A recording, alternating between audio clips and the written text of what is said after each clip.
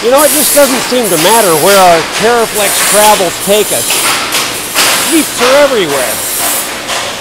But it just seems like in countries where the Jeep was used to help preserve freedom, there's just something more.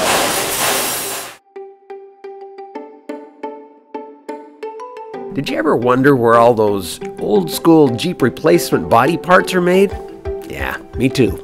Well, the MD1 company has a genesis that, oddly enough, closely mirrors the company history of TeraFlex. Both are family businesses that began by sourcing out and reselling old war surplus Jeep parts.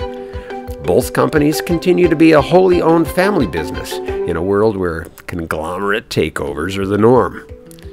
Now, founded in 1967, MD1 was started by a dentist that was struggling to support his family with the meager pay of a dentist. I guess, apparently, the Filipino dentists were only trained in extracting teeth, not cash. Now, the rumor is that Maximino, the current owner's great-grandfather, found a junk Willys grill. He cleaned it up and resold it. A niche business was born. It looks like they still have a bit of a Jeep grill problem to this day. What is it about old Jeep grills? I'll tell you exactly what it is. They're cool.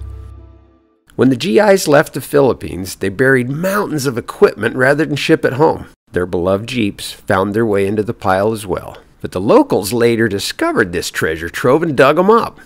They loved the Jeep. It had helped preserve their freedom. And in many small villages, it was the first motorized vehicle they had ever seen. And so the Jeep restoration enthusiast was born. MD's first product was a Willys replacement windshield. It took a full day to build one windshield frame. After buying some of the old factory molds and perfecting the process, Dr. Juan updated production to 100 frames a day. From there, a worldwide manufacturing and distribution center was born. Still in the same classic building, in the middle of a city that sprang up around them, MD1 provides the parts to make an old-school Jeeper's dreams a reality. Inside there are prototypes, one-off Jeeps, classic restored Jeeps, and new electric innovations to replace the aging Jeepney public transportation rigs that are still used today as a privately owned transportation system throughout the country. How cool is that? Public transportation with personality. Inside the plant, much of the tooling is decades old, but they still stamp out a body part with no problem. The process is quite labor-intensive. Each panel undergoes some skilled final shaping by MD1 craftsmen. Hot? You have no idea. Noisy? I'm gonna say yes. Interesting to see? Yeah, it's like an eclectic mix of decades-old brute force stamping out parts with just a dash of high-tech processes to keep the tolerances tight.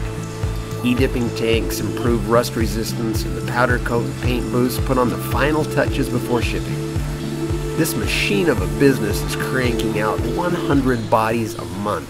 Everything from a 1946 Willys to a 86 CJ in all its configurations. 200 employees working 6 days a week from 8 to 5, cranking out the parts needed to put your project back to pristine condition. You know, it never ceases to amaze me whenever we travel with TeraFlex to see the amount of industry that it takes to fill our Jeeping needs. I'm Dennis with TeraFlex. We'll see you next time.